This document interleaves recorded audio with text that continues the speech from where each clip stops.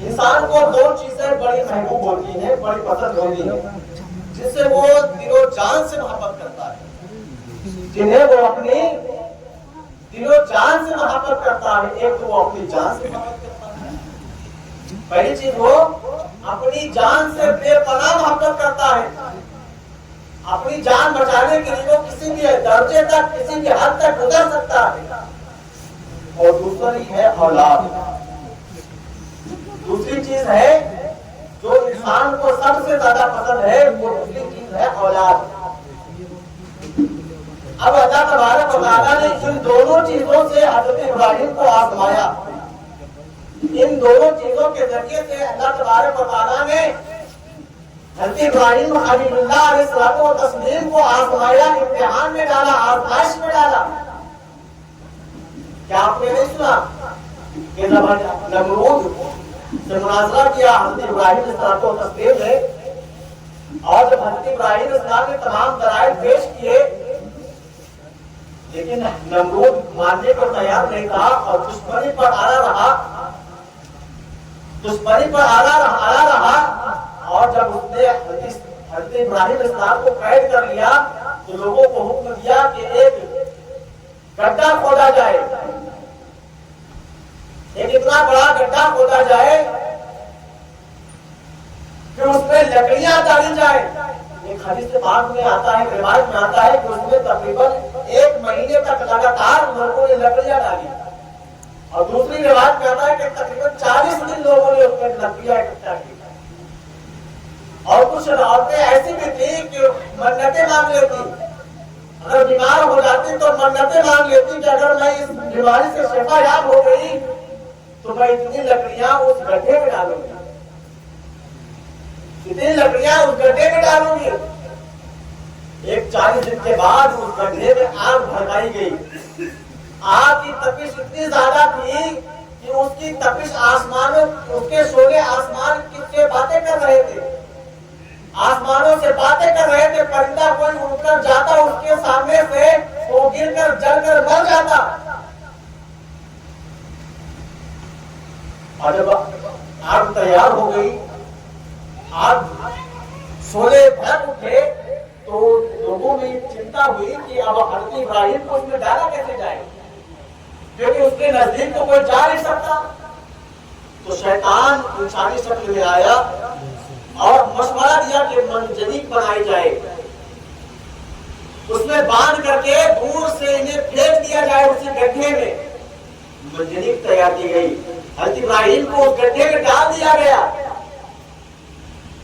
اب لوگ دشمنان اسلام خوش تھے، دشمنان اسلام خوش تھے کہ آج کے بعد ہمارے معبودان باطل کو برا بھلا کہنے والا کوئی نہ رہے گا۔ ابراہیم کو آگ میں ڈالا جا رہا تھا، اس وقت ہوا بھی، پانی بھی، تمام تر چیزیں، تمام تر فرشتے اللہ تبارک و تعالیٰ کی بارگاہ میں حاضر ہوئے اور اللہ تبارک و تعالیٰ سے عرض کرتے ہیں، پروردگار تو ہمیں حکم دے۔ ہوا فرماتی ہے، پروردگار تو مجھے حکم دے، میں اتنی تیز آندھی چلاؤں گی کہ تمام آگ اڑ جائے گی اور تیرا محبوب بندہ بچ جائے گا۔ پانی اجازت کرتا ہے، اے اللہ رب العزت تو مجھے اجازت دے کہ میں اتنی بارش کروں کہ آگ بجھ جائے اور تیرا محبوب محفوظ رہے، تیرا محبوب بچ جائے۔ فرشتے عرض کرتے ہیں، اے پروردگار تو ہمیں حکم دے، ہم اس گڈھے کو بند کر دیں۔ اللہ رب العزت فرماتا ہے کہ مجھے کوئی اعتراض نہیں، اگر میرا محبوب، اگر میرا خلیل تم سے مدد چاہتا ہے اور تم جا کر مدد کرتے ہو تو مجھے کوئی اعتراض نہیں، لیکن یہ بات تو یہ ہے کہ میرا خلیل میرے علاوہ کسی سے مدد نہیں چاہتا، کسی اور سے مدد طلب نہیں کرتا۔ اگر آپ تم سے مدد چاہتا ہے، ہوا سے مدد چاہتا ہے، پانی سے مدد چاہتا ہے تو جا کر طلب کر لے، تو چلی جا، اس کی مدد کر، مجھے کوئی اعتراض نہیں، لیکن جب تجھ سے وہ مدد چاہے تب تو مدد کرے۔ حضرت جبریل خلیل اللہ علیہ السلام کی بارگاہ میں حاضر ہوئے اور عرض کرنے لگے، اے خلیل کوئی حاجت ہے مجھ سے، کوئی حکم ہے میرے لیے؟ حضرت ابراہیم خلیل اللہ ارشاد فرماتے ہیں اے جبریل حکم تو ہے حاجت تو ہے میری لیکن تجھ سے نہیں ہے. اے جبریل مجھے حاجت تو ہے لیکن تجھ سے نہیں میرے رب سے حاجت ہے. اور جبریل نے عرض کیا ہے اگر رب سے حاجت ہے تو مجھے کہیں میں رب کی بارگاہ میں پیغام لے جانے والا ہوں, تمہارا پیغام میں رب کی بارگاہ میں پہنچا دوں گا, تمہارا پیغام میں رب کی بارگاہ میں پہنچا دوں گا. تو اللہ کے اس خلیل نے ارشاد فرمایا اے جبریل میرے رب کو کسی پیغام رسا کی ضرورت نہیں. اے جبریل میرے رب کو, میرا رب تو وہ ہے جو سمیع و بصیر ہے, جو دلوں کے حالات سے بھی واقف ہے, وہ خوب جانتا ہے کہ مجھے کیا حاجت ہے. اتنا کہنے کے بعد جبریل واپس جاتے ہیں اور جب حضرت ابراہیم علیہ السلام کو آگ میں ڈالا گیا اللہ رب العزت نے ارشاد فرمایا قرآن میں آیا قل یا نار کونی بردا و سلاما علی ابراہیم, اے آگ تو ٹھنڈی ہو جا اور سلامتی والی ہو جا ابراہیم علیہ السلام کو تصدیق پر. اے آگ تو ٹھنڈی ہو جا اور سلامتی والی ہو جا ابراہیم علیہ السلام کو تصدیق پر. وہ آگ فوراً ابراہیم علیہ السلام کو تصدیق پر گلزار ہو گئی. ایک روایت میں آتا ہے کہ تقریباً آپ اس گڈھے میں 7 دن رہے, ایک روایت میں آتا ہے کہ تقریباً 1 مہینہ تک رہے. اور اللہ تبارک و تعالیٰ اس گڈھے میں آگ جل رہی تھی لیکن ابراہیم خلیل اللہ کو کہیں بھی تپش محسوس نہیں ہو رہی تھی, کہیں بھی جلن محسوس نہیں ہو رہی تھی. ابراہیم خلیل اللہ کے کپڑے کا ایک ٹکڑا بھی نہیں جلا سوائے اس رسی کے جس رسی سے آپ کو باندھا گیا تھا. وہ رسی جل کر ٹوٹ گئی, جل گئی, لیکن ابراہیم خلیل اللہ کے جسم پر ایک بھی خروچ نہیں آئی, ایک بھی خروچ نہیں آئی. میرے دوستوں اس واقعے کو بتانے کا مقصد یہ ہے کہ جتنا ہمارا اللہ سے یقین پختہ ہوگا, جتنا ہمارا ایمان پختہ ہوگا, جتنا رب پر توکل ہوگا ہمارا, اللہ تبارک و تعالیٰ اتنی ہی مدد ہماری فرمائے گا, اتنی ہی زیادہ مدد ہماری فرمائے گا. اللہ تبارک و تعالیٰ نے آپ کو جان سے پڑھا تو آپ نے جان کی بازی لگا کے رکھے لیے. اللہ تبارک و تعالیٰ کے لیے اپنی جان قربان کرنے کے لیے تیار ہو گئی, لیکن تبلیغ کی اصلاحات و تبلیغ نہیں چھوڑی. اور پھر جب اولاد کی باری ہے اللہ تبارک 8ویں ذوالحجہ حضرت ابراہیم خلیل اللہ صلی اللہ علیہ وسلم نے خواب دیکھا کہ کوئی ندا کرنے والا ندا کر رہا ہے کہ اے ابراہیم اپنے رب کے لیے اپنے بیٹے کو ذبح کرو, اپنے بیٹے کو اپنے رب کے لیے قربان کرو. 8ویں ذوالحجہ ہو گئی, 9ویں ذوالحجہ کی سب کو بھی یہ خواب آیا. آپ نے پہلے غور و فکر کیا کہ کہیں یہ خواب کسی شیطان کی جانب سے تو نہیں تھا. جب دوسرے دن آپ کو خواب آیا تو آپ پہچان گئے کہ یہ خواب کسی اور کی جانب سے نہیں بلکہ رب کائنات کی جانب سے ہے, رب تبارک و تعالیٰ کی جانب سے ہے. اور جب 10ویں ذوالحجہ ہوئی اور آپ نے اپنے بیٹے کو تیار کیا, اپنی بیوی حضرت ہاجرہ سے کہا میرے بیٹے اسماعیل کو تیار کرو, خوشبو لگاؤ, عطر لگاؤ, نئے کپڑے پہناؤ, بالوں میں کنگھیاں کر دو, بالوں میں تیل لگا دو, چپلیں پہنا دو, خوبصورت لباس پہنا دو. حضرت ہاجرہ کی بجال نہیں ہوئی کہ میرے شوہر نامدار, اے اللہ کے حبیب, اے اللہ کے خلیل, میرے بیٹے اسماعیل کو کہاں لے جا رہے ہو؟ اگر آج کی عورتیں ہو تو پوچھنے لگتی ہیں, شوہر کے فوراً ذرا سی بات پر سوال کھڑے کر دیتی ہیں.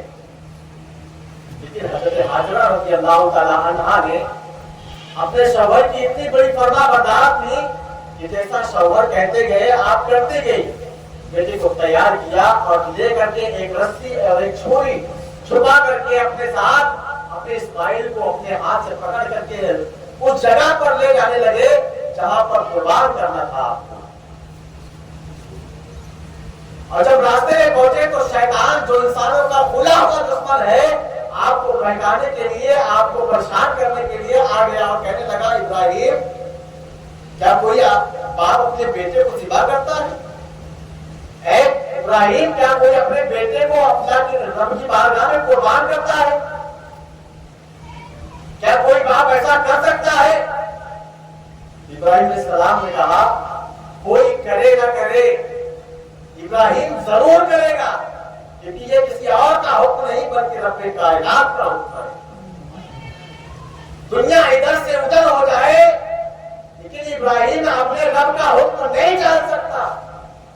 اب جب شیطان نے دیکھا کہ اب یہاں دال نہیں گلے گی تو وہ حضرت اسماعیل کے پاس آیا، اسماعیل کو بہکانا چاہا اور کہا اے اسماعیل تم جانتے ہو تمہارے باپ آج تمہیں کہاں لے کر جا رہے ہیں؟ تمہیں معلوم ہے تمہارے باپ تمہیں کہاں لے کر جا رہے ہیں؟ کہا مجھے نہیں پتا مجھے باپ تجھے کہاں لے کر جا رہے ہیں۔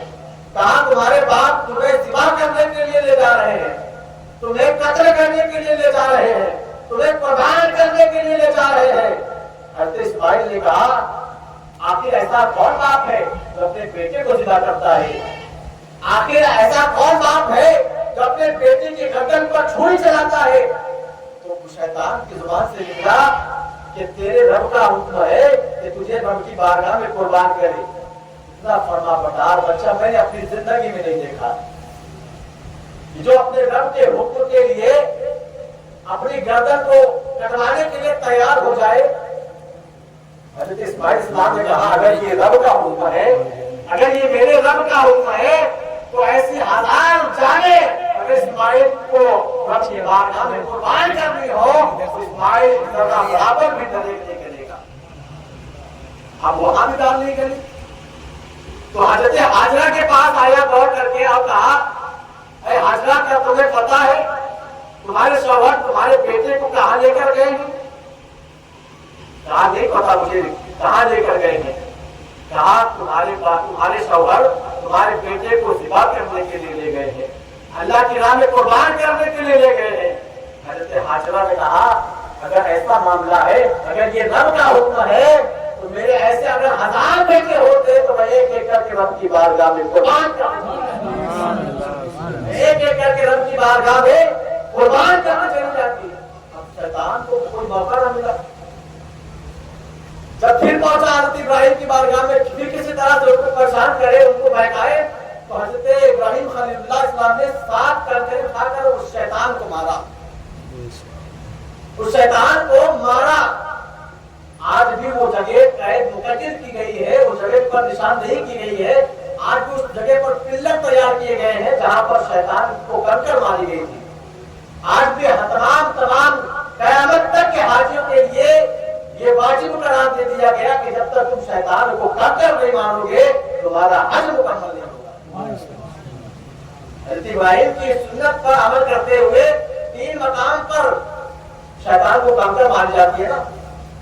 جو لوگ عمرہ کر کے کرنے گئے ہوں گے یا حج کرنے گئے ہوں گے وہ بخوبی جانتے ہوں گے کہ 3 مقام پر جمرات کہتے ہیں، شیطان کو جہاں پر کنکری ماری جاتی ہے اسے جمرات کہتے ہیں۔ مقام جمرات 3 مقام ہیں، ایک وہ مقام جہاں پر حضرت ابراہیم علیہ السلام نے اپنے ہاتھوں سے 7 کنکریاں اس شیطان کو پھینک کر کے ماری تھی، اور پھر کچھ آگے بڑھے تو پھر شیطان ان کے پیچھے آیا، پھر آپ نے اٹھا کر کے دوسری مرتبہ اسے ایک کنکر ماری 7 اٹھا کر کے، اور پھر جب شیطان پھر پیچھا پکڑ رہا تھا تو حضرت جبریل آئے اور آپ کو حکم دیا اے خلیل اللہ آپ پھر 7 کنکر اٹھائے اور پھر شیطان پر مارے۔ وہ 3 مقام آج بھی محفوظ ہے حضرت ابراہیم السلام کی یاد کو تازہ کرتے ہیں۔ تمام حاجیوں پر قیامت تک یہ واجب قرار دے دیا گیا کہ جب تک تم شیطان کو کنکر نہیں مارو گے تمہارا حج مکمل نہیں ہوگا۔ حضرت ابراہیم علیہ السلام اپنے بیٹے کو لے کر اس مقام پر پہنچے، ابھی بتایا نہیں اپنے بیٹے کو کہ بیٹا میں تجھے قربان کرنے کے لیے لے جا رہا ہوں۔ جب اس مقام پر پہنچے جہاں پر قربان کرنا تھا تو اپنے بیٹے کو بتانے لگے کہ اے بیٹا، جس کا ذکر قرآن میں بھی ہے، کہا قال یا بنی انی ارا فی المنام انی اذبحک، اے بیٹے میں نے خواب دیکھا ہے۔ اللہ تبارک و تعالیٰ قرآن فرماتا ہے کہ اے نبی فرما دو کہ اے بیٹے میں نے خواب دیکھا ہے کہ میں تجھے ذبح کر رہا ہوں، میں تجھے ذبح کر رہا ہوں۔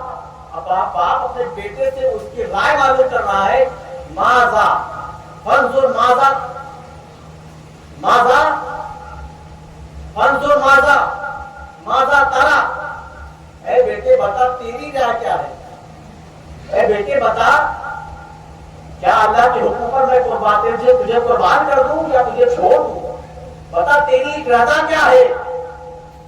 بیٹے نے کہا اے یا قال یا ابتی افعل ما تؤمر، اے ابا جان آپ کر گزریے، آپ کر جائیے وہ چیز جو آپ کو اللہ کے حکم دیا ہے۔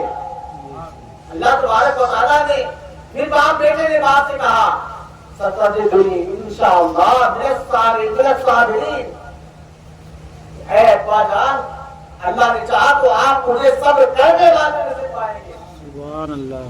اتنا فرما بردار بچہ۔ آپ کسی روایت میں آتا ہے کہ آپ اس وقت آپ کی عمر 7 برس تھی، اور دوسری روایت آتی ہے کہ آپ کی عمر 13 سال تھی، اور ایک تیسری روایت آتی ہے کہ آپ کی عمر اس وقت 13 سال سے کچھ زیادہ تھی، 13 سال سے کچھ زیادہ تھی۔ آج اگر کسی بچے کو کھڑا کر کے آپ کہیں کہ میں تجھے اپنے بیٹے کو کھڑا کر کے یہ پوچھے کہ اے بیٹے میں آج تجھے اپنے رب کے لیے قربان کرنا چاہتا ہوں، کیا تو اس بات پر راضی ہے؟ ہمارے بچے تو اتنے نازک ہیں کہ اگر ہم ان سے ایک گلاس پانی مانگ لیں تو وہ ہمیں جھٹک دیتے ہیں، ڈانٹ دیتے ہیں، پھٹکار لگا دیتے ہیں کہ اے ابا تو میرا دماغ مت خراب کر، چاپلس نہیں لے، میرا دماغ مت خراب کر، چاپلس نہیں لیتی لے۔ یہ دنیا کی حقیقت ہے۔ آج جو معاشرہ ہمارا چل رہا ہے یہ حقیقت ہے، اور اس میں کہیں نہ کہیں ہماری خامیاں ضرور ہیں کہ آج ہمارے بچے ہمارے نافرمان ہو رہے ہیں۔ آج ہمارے جو بچے نافرمان پیدا ہو رہے ہیں، شادیاں ہو رہی ہے، شادی کے بعد فوراً الگ علیحدگی کا جو انتظام ہو رہا ہے وہ کہیں نہ کہیں ماں باپ کی خامیاں اس میں موجود ہیں۔ کیونکہ ایک بچہ وہ بھی ہے اسماعیل جو اپنے باپ کی فرما برداری میں اتنا چور ہے کہ رب کی رضا کے لیے اپنے باپ کے ہاتھوں سے اپنے گلے کو کٹوانے کے لیے راضی ہے۔ لیکن آج ہمارے بچے ہیں کہ آج ہمارے کہنے پر نماز پڑھنے نہیں جاتے ہیں، آج ہمارے کہنے پر مسجد کی ڈیری بھی نہیں جاتے ہیں، آج ہمارے کہنے پر ایک گلاس پانی لا کر ہمیں نہیں دیتے ہیں، آج ہمارے کہنے پر کوئی کام ہماری مرضی کا نہیں کرتے ہیں۔ اس میں کہیں نہ کہیں ہماری خامیاں ضرور ہیں، کیونکہ ہم نے جب اپنے بچوں کی پرورش کی ہے تو ہم نے اپنے بچوں کی پرورش میں حرام و حلال کا امتیاز نہیں کیا ہے۔ کیونکہ اگر ہم نے اپنے بچوں کی پرورش کے وقت حرام و حلال پہ امتیاز کیا ہوتا، اپنے بچوں کی پرورش کرتے وقت اگر ہم نے اپنے بچے کو ایک لقمہ حرام کا کھلا دیا تو وہ بچہ کبھی بھی ہمارا فرما بردار نہیں ہو سکتا۔ یہ بات میں اپنی طرف سے نہیں بول رہا ہوں، یہ میں حدیث کی روشنی میں بات کر رہا ہوں۔ اگر آپ نے اپنے بچوں کی پرورش میں آپ نے اگر 1 روپیہ بھی اپنے حرام کا خرچ کر دیا اپنے بچوں کی پرورش میں تو بچے آپ کے فرما بردار نہیں ہو سکتے۔ مجھے ذبح کر رہا ہوں اللہ کے لیے، میں نے خواب دیکھا ہے کہ میں تجھے ذبح کروں اللہ کے لیے، بتا تیری رائے کیا ہے؟ بیٹے نے کہا اے باپ، اے ابا حضور آپ ایسا ہی کریں جیسا آپ کو اللہ تبارک و تعالیٰ نے حکم دیا ہے، انشاءاللہ آپ مجھے صبر کرنے والوں میں سے پائیں گے۔ اور حضرت اسماعیل السلام نے آپ کو وصیت کی، اپنے باپ کو وصیت کی ہے کہ اے ابا حضور جب آپ مجھے میری گردن پر چھری چلانے لگے تو میری کچھ وصیتیں ہیں، آپ اسے ضرور قبول کر لیں۔ بیٹے نے باپ سے کچھ وصیتیں کی، بیٹے نے کہا اے ابا حضور آپ جب مجھے میری گردن پر چھری چلائیں تو اپنی آنکھوں پر پٹیاں باندھ لینا، کہیں میرا چیخنا اور بلکنا، میرا تڑپنا دیکھ کر کے آپ کا دل بہک نہ جائے، آپ کا مزاج بگڑ نہ جائے۔